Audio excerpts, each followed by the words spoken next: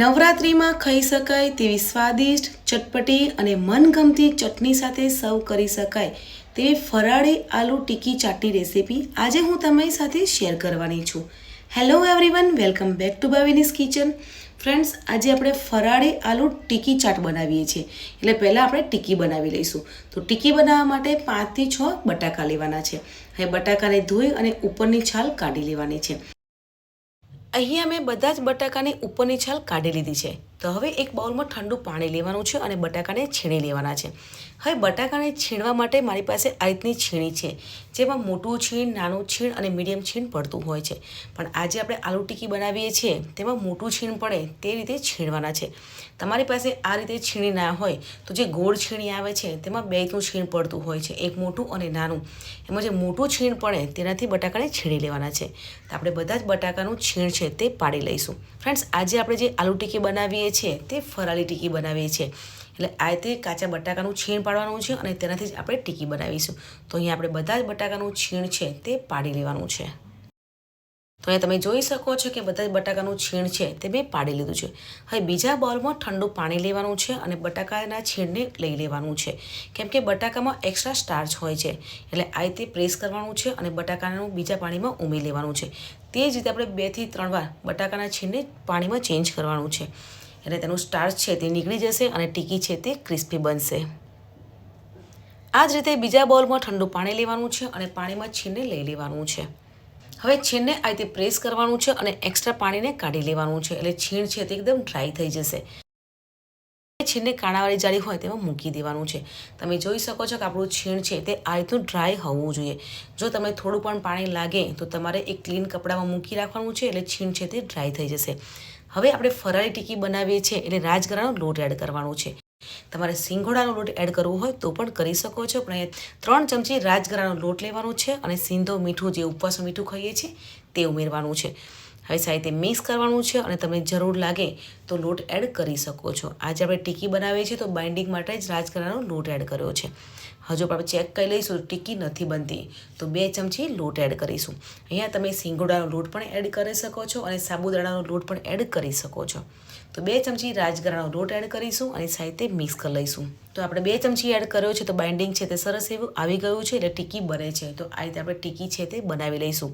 અને ટિક્કી આપણે હલકા હાથે બનાવવાની છે, એટલે જ્યારે આપણે સેલો ફ્રાય કરીએ છીએ તો ટિક્કી અંદરથી ક્રિસ્પી થઈ જાય. તો આ રીતે આપણે બધી જ ટિક્કીને બનાવી લઈશું. ટિક્કીની ચાટ બનાવીએ છીએ ત્યારે ટિક્કીને સેલો ફ્રાય કરીએ છીએ. તમારે ડીપ ફ્રાય કરવું હોય તો પણ કરી શકો છો.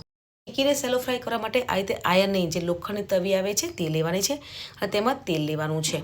હવે તેલને આ રીતે ગ્રીસ કરી લેવાની છે. હવે તેલ ગરમ થઈ ગયું છે તો ટિક્કીને તેલમાં મૂકી દેવાની છે અને બંને સાઈડથી ક્રિસ્પી થાય ત્યાં સુધી ફ્રાય કરી લેવાની છે.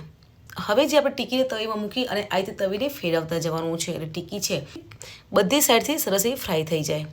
આજે આપણે લોખંડની તવી લીધી છે એટલે ટિક્કીની જે ચોટે છે એટલે થોડું પ્રેસ કરવાનું છે અને ટિક્કીને ફેરવતા જવાનું છે. અને ગેસની ફ્લેમ ધીમી રાખવાની છે અને ધીમા ગેસ પર જ આપણે ટિક્કીને સેલો ફ્રાય કરી લઈશું, એટલે ટિક્કી છે તે ક્રિસ્પી બનશે. ટિક્કી ગોલ્ડન બ્રાઉન કલરની થાય ત્યાં સુધી થવા દઈશું. ફ્રેન્ડ્સ, આજે આપણે આલુ ટિક્કી ચાટ બનાવીએ છીએ તે ઉપવાસમાં ખાઈ શકાય તેવી ચાટ બનાવીએ છીએ. નવરાત્રિમાં ઉપવાસ હોય ત્યારે ચટપટું અને ટેસ્ટી ખાવાનું મન થતું હોય છે, ત્યારે આ રીતે ટિક્કી બનાવી અને સ્ટોર કરી શકો છો. જ્યારે પણ ભૂખ લાગે ત્યારે તમે ખાઈ શકો છો. આજે આપણે આલુ ટિક્કી ચાટ બનાવી છે એટલે મનગમતી ચટણી સાથે પણ સર્વ કરી શકાય છે. ટિક્કી બનાવેલી હોય ત્યારે જ્યારે પણ ભૂખ લાગે ત્યારે ચટણી સર્વ કરી અને ખાઈ શકો છો. સાંજે ભૂખ લાગે અને રાત્રે ગરબા ગાવા ગયા હોય અને ભૂખ લાગે ત્યારે પણ ટિક્કી બનાવેલી હોય તો મનગમતી ચટણી સાથે સર્વ કરી શકાય છે.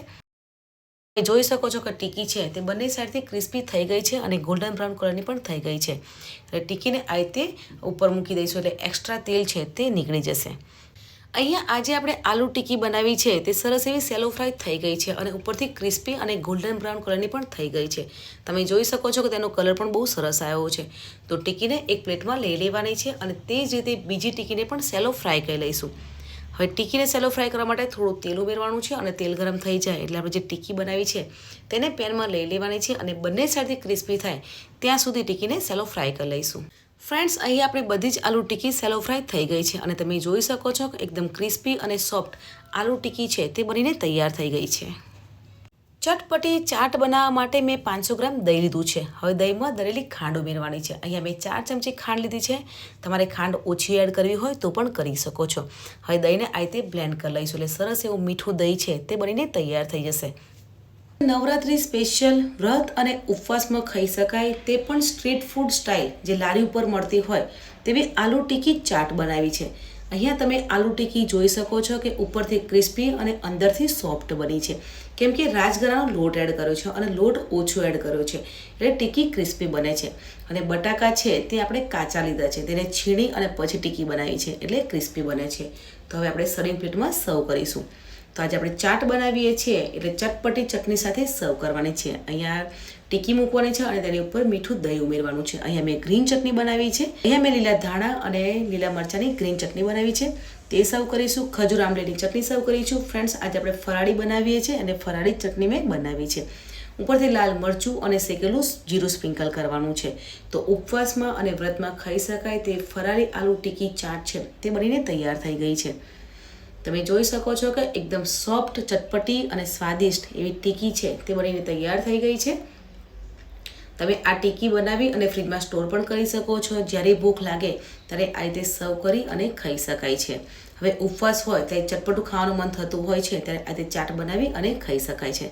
તો તમને આજની મારી ફરાળી આલુ ટીકી ચાટની રેસીપી કેવી લાગી કમેન્ટ સેક્શનમાં જરૂર જણાવજો. મળીએ છીએ નવી આસાન રેસીપી સાથે. ત્યાં સુધી બાય બાય. હેપી નવરાત્રી.